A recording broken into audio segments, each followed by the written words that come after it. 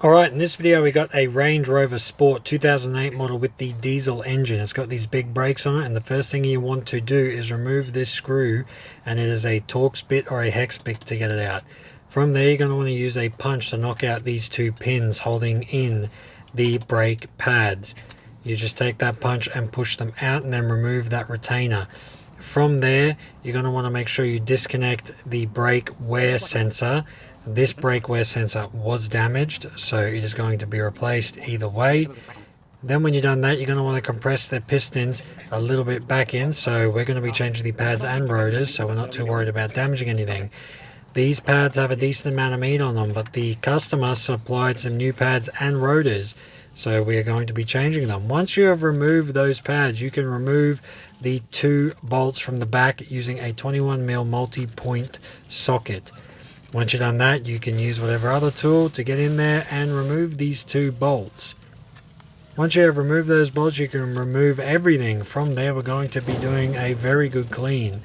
We're going to be cleaning the backing plate, the face of the hub, XYZ as usual, the rest of it, just to make sure that there's no dust, dirt and excess debris going to catch on anything and ruin our work. From there, you're going to want to clean the brake caliper. As you can see, the main part you want to hit is where the brake pads actually sit and slide, but do a really good job getting everything there.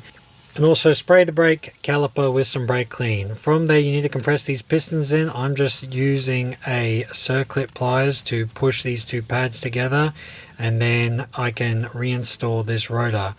I didn't have to push the pads in too far or use my brake ratcheting tool because of how new those old pads were, because we're changing these because the rotors are warped. From there, once you've done that, you can reinstall the rotor, chuck that bolt in that holds the rotor on, and then chuck in those two bolts at the back of the caliper.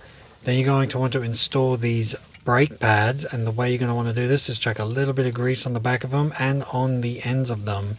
From there, you can reinstall them.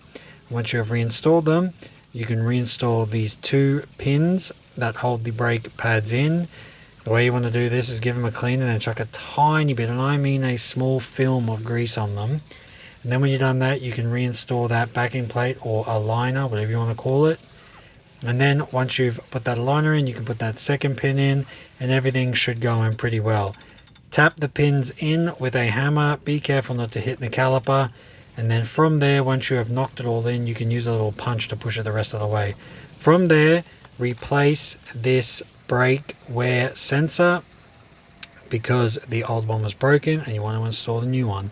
As you can see, this new one is installed and everything is nice. Spray it down, take it for a test drive, and when you're done, it should look like this when you've burnt all that paint off the GM matte finish. If you like this video, please like, share and follow. And check out our other stuff. Thank you.